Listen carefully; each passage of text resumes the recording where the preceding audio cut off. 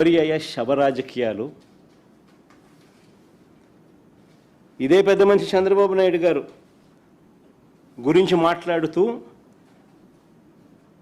ఆయన తోడల్లుడు దగ్గుపాటి వెంకటేశ్వరరావు గారు ఏకంగా పుస్తకం రాశాడు. అనేక టీవీలలో ఆయన ఇంటర్వ్యూలు కూడా ఇచ్చాడు. ఆయన అన్న మాటలు ఆయన పుస్తకంలో రాసినటివి. ధర్నాలు ఆందోళనల సమయంలో బస్సులు తగలబెట్టాలంటూ చంద్రబాబు పార్టీ క్యాడర్కు చెప్పేవాడని.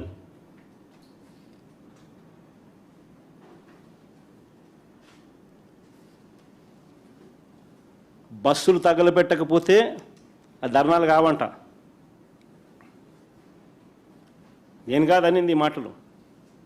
స్వయంగా ఆయన తోడల్లుడు దగ్గుబాటి వెంకటేశ్వరరావు గారు అనేక టీవీ ఇంటర్వ్యూలలో ఆయన రాసిన పుస్తకంలో చంద్రబాబు నాయుడు గారి కుట్రలు రాక్షస రాజకీయం గురించి వివరించిన మాటలు ఇవి.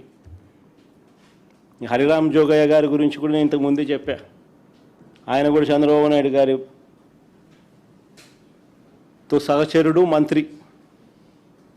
ఏ రకంగా చంద్రబాబు నాయుడు గారు కుట్రలు చేస్తారు, రాక్షస రాజకీయాలు చేస్తారు అన్నది ఆయన కూడా సువివరంగా కూడా వివరించినాడు. హత్యలతోనూ, వెన్నుపోట్లతోనూ, శవాలతోనూ, కుట్రలతోనూ రాజకీయాలు చేస్తున్నది చంద్రబాబు అయితే, విలువలు, విశ్వసనీయత, మాటకు కట్టుబడి రాజకీయాలు చేస్తూ ఉన్నది మేము. గర్వంగా కూడా చెప్తా ఉన్నాను నేను ఈ మాట. వైఎస్ఆర్ కాంగ్రెస్ పార్టీ జగన్ గురించి నేను ఒకటే గర్వంగా కూడా చెప్తా ఉన్నా. జగన్ మంచోడు కాబట్టే మా తాతను రాజారెడ్డి గారిని చంపిన వాళ్ళు ఈ రోజుకి కూడా ప్రశాంతంగా బతుకుతూ ఉన్నారు. జగన్ చెడ్డోడైనంటే వాళ్ళంతా బతుకుండే వాళ్ళ.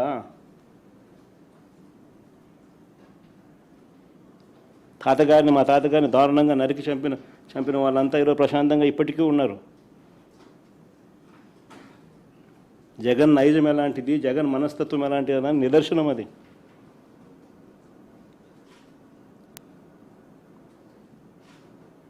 వారికి ఎప్పటికీ ఏమీ కాదు.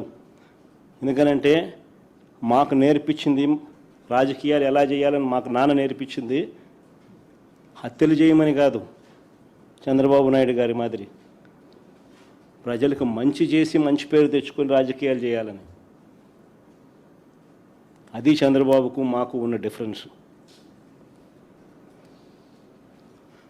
రాజకీయాల్లో ఎవరికి కుట్రలు అవసరమో, ఎవరికి కుట్రలు, గొడ్డళ్ళు, గుణపాలు అవసరమో ప్రజలకు బాగా తెలుసు.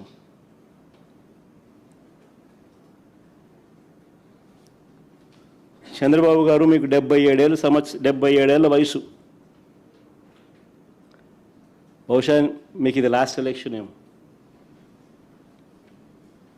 77 ఏళ్ళ వయసు, ఎలక్షన్లు వచ్చేసరికి 80 ఏళ్ళు.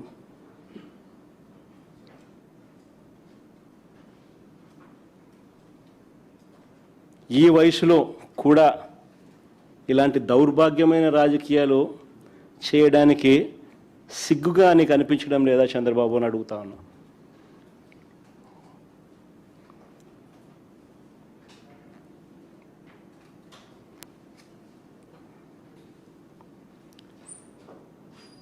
చంద్రబాబు నాయుడు గారి హయాంలో ఈ 2 ఏళ్లలోనే